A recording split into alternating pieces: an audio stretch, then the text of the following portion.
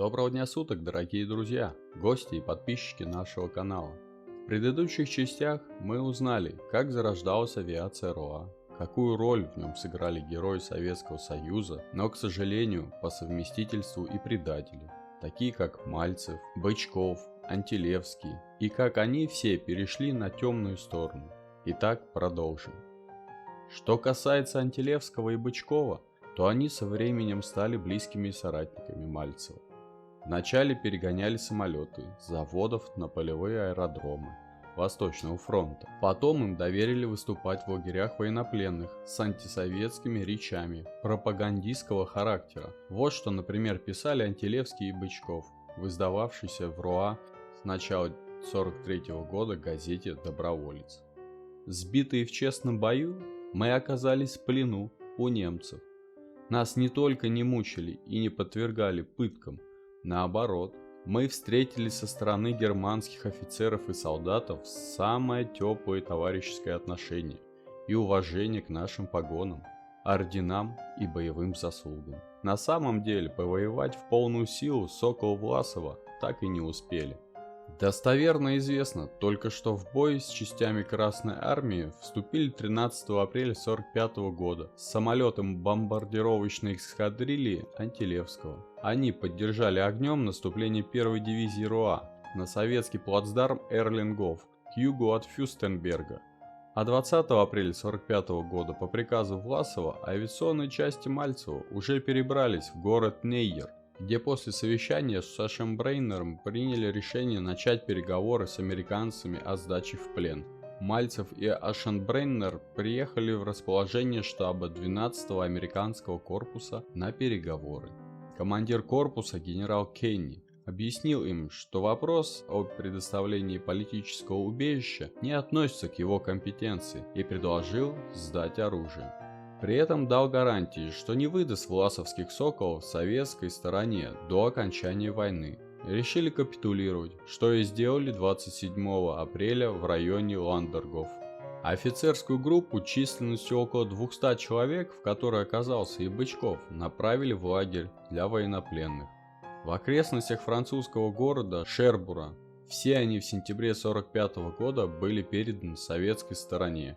Генерала-майора Мальцева солдаты 3-й американской армии доставили в лагерь военнопленных под Франкфуртом на Майне, а потом тоже передали в город Шербур. Известно, что советская сторона неоднократно и настойчиво требовала его выдачи. Наконец, власовского генерала все же передали сотрудникам НКВД, которые под конвоем доставили его в свой лагерь, находившийся недалеко от Парижа. Мальцев дважды пытался покончить с собой в конце 45-го и в мае 46-го, во время нахождения в советском госпитале в Париже. Он вскрыл себе вены на руках и нанес порезы на шее, но избежать расплаты за предательство ему не удалось. На специально прилетевшем Дугласе он в последний раз поднялся в воздух и был доставлен в Москву, где 1 августа 46 года приговорен к смертной казни и вскоре повешен вместе с Власовым и другими руководителями РОА. Мальцев был единственным из них, кто не просил о пощаде и помиловании. Он лишь напомнил судьям военной коллегии в последнем слове о своем необоснованном осуждении в 1938 году, подорвавшем его веру в советскую власть. В 1946 году был расстрелян по приговору военной коллегии Верховного суда СССР. В 1946 году был расстрелян по приговору военной коллегии Верховного суда СССР и полковник Ванюшин, занимавший должность начальника штаба военно-воздушных сил ВС Коннор.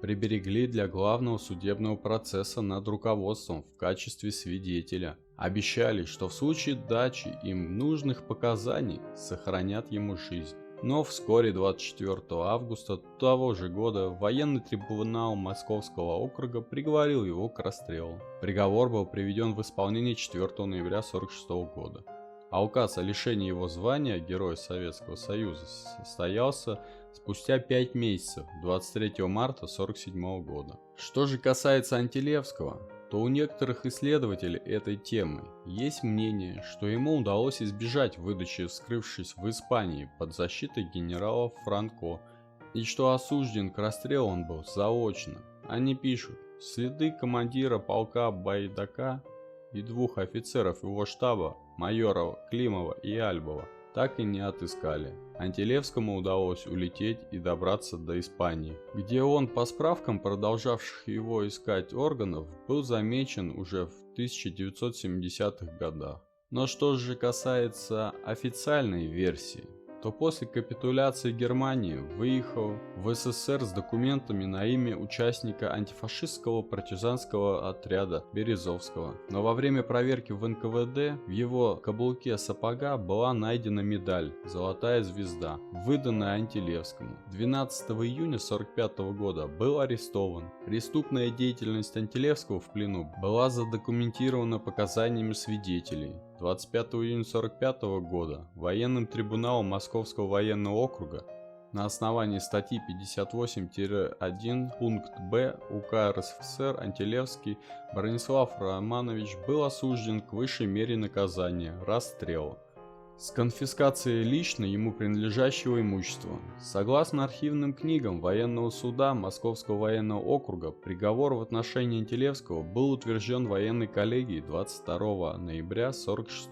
года, а 29 ноября того же года приведен в исполнение. 12 июля 1950 года Антилевский Бронислав Романович был лишен звания Героя Советского Союза, а также орденов Ленина и Красного Знамени. В 2001 году дело Антилевского было пересмотрено Главной военной прокуратурой в порядке исполнения закона Российской Федерации о реабилитации жертв политических репрессий от 18 октября 1991 года и указаний Генерального прокуратуры Российской Федерации. В заключение было отмечено: Антилевский Бронислав Романович осужден законно и реабилитации не подлежит.